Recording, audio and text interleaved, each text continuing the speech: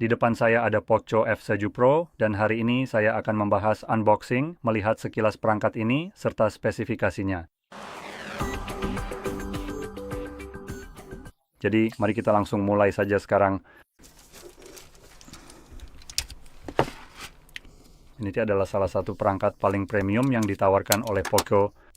Menurut saya, ini sebenarnya adalah perangkat paling premium yang mereka tawarkan sejauh ini, jika dibandingkan dengan generasi sebelumnya.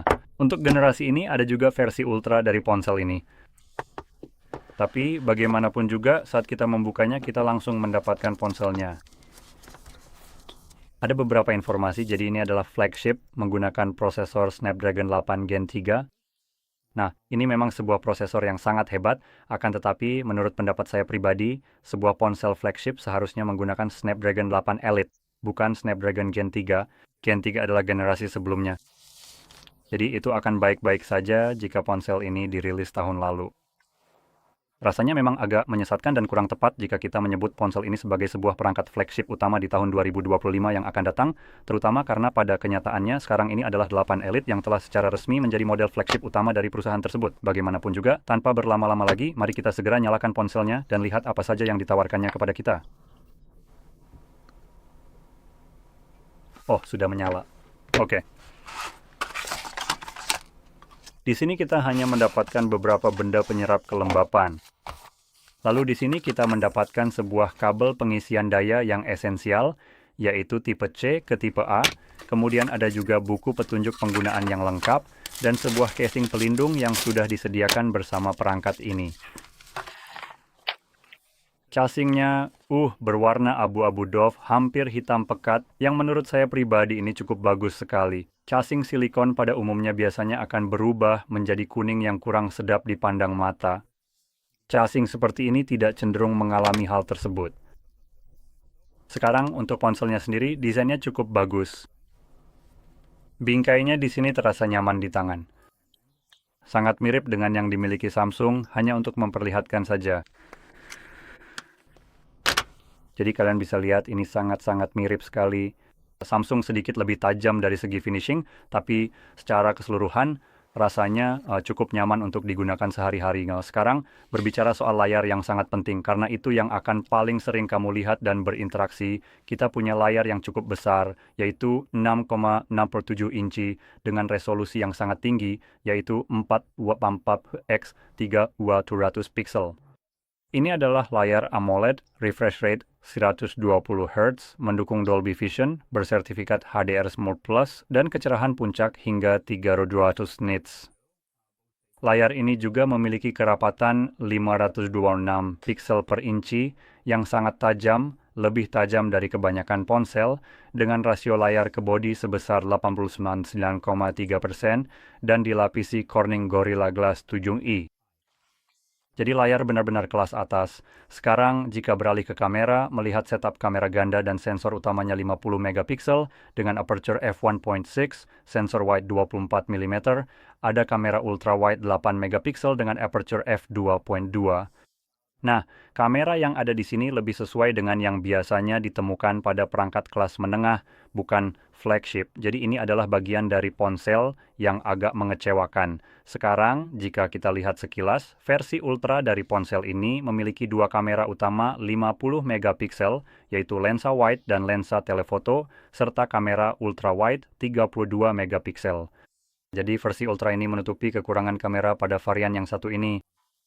Secara pribadi, menurut saya mengorbankan kamera sebanyak ini pada model Pro, lalu menambahkan peningkatan signifikan pada perangkat keras kamera di Ultra terasa seperti pilihan yang agak aneh. Jadi, seperti yang saya bilang, ini terasa seperti perangkat kelas menengah, sementara Ultra benar-benar terasa seperti flagship yang sebenarnya. Dan saya menyoroti hal ini karena, misalnya, kebanyakan perusahaan biasanya melakukan peningkatan secara bertahap. Jadi, ya sekali lagi kalau kita bandingkan dengan Samsung, di sini kita punya seperti dual film full megapiksel kalau tidak salah. Jadi ini adalah S25 standar dan S25 Plus punya kamera yang sama, sedangkan Ultra punya kamera tambahan dan peningkatan pada salah satu lensanya. Di sini kamu hanya mendapatkan seperti yang 50 megapiksel wide, lalu ultra wide yang kualitasnya kurang bagus, sementara ultra mendapatkan ultra wide 50 megapiksel. Jadi, oh maaf, bukan yang 32 megapiksel, dan ultra juga mendapatkan periskop 50. Jadi sepertinya ada lompatan besar pada kamera dari Pro ke Ultra, padahal ponselnya ini hanya satu tingkat di bawahnya.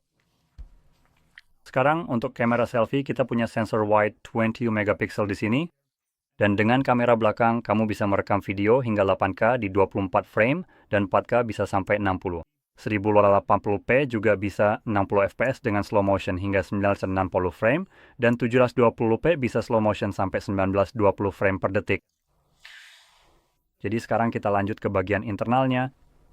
Perangkat ini hadir dengan baterai 6000 mAh, hampir pasti menggunakan baterai silikon karbon tanpa perlu dicek lagi, karena memang ada 6000 mAh di dalamnya, dan perangkatnya juga relatif tipis. Perangkat ini mendukung pengisian daya 90 watt, jadi sangat cepat.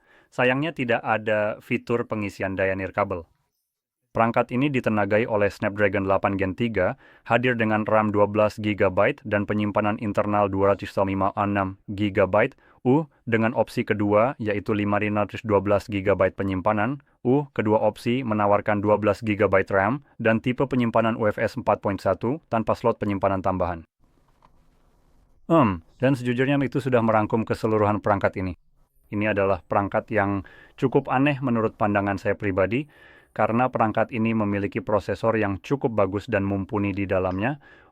Harganya hampir mencapai $600 AS, jadi perangkat ini tidak berada di kisaran harga yang menurut saya pribadi sangat bagus, seperti harga yang fantastis pada beberapa versi Poco lain yang pernah mereka rilis sebelumnya di pasaran, yang tentunya sangat menarik. Jadi perangkat ini terlihat jauh lebih premium, tapi kemudian menggunakan prosesor generasi sebelumnya dan modul kameranya di sini terasa terlalu dikurangi dibandingkan dengan versi Ultra, sehingga tidak terasa seperti model Pro yang sesungguhnya. Itu penjelasannya. Dan saya juga ingin menyoroti bahwa versi Ultra dari ponsel ini harganya sekitar €100 lebih mahal. Jadi harganya memang akan sedikit lebih mahal, tapi kamu pasti mendapatkan setup kamera yang lebih baik, dan juga prosesornya benar-benar di-upgrade ke kelas flagship, yaitu 8 Elite. Tapi kamu memang mendapatkan baterai yang lebih kecil, pengisian daya yang lebih cepat, dan juga pengisian daya nirkabel. Jadi itu beberapa perbedaan singkatnya. Secara keseluruhan ini adalah ponsel yang hebat. Saya mungkin akan menunggu sampai harganya sedikit lebih murah, sekitar 100 juta randers, atau bahkan kurang dibandingkan dengan harga default Xiaomi dan sekitar €80 yang katanya menjadi harga jualnya. Rasanya memang ponsel ini secara khusus didesain untuk mendorong orang agar membeli model yang secara signifikan lebih tinggi. Jadi untuk alasan itu harganya terasa agak aneh dan penempatannya di pasar juga terasa sangat aneh. Jadi ya, ini adalah sebuah situasi yang cukup unik. Ngomong-ngomong, satu hal terakhir yang ingin saya sebutkan, yang belum saya bahas, yaitu Android yang berjalan di sini, dan mari kita lihat apakah saya bisa cepat menemukan ini. Jadi kita punya Android 15 dengan HyperOS 2.0, tanpa keterangan tentang berapa banyak upgrade Android yang akan didapat, tapi biasanya dukungannya sekitar 2-3 tahun.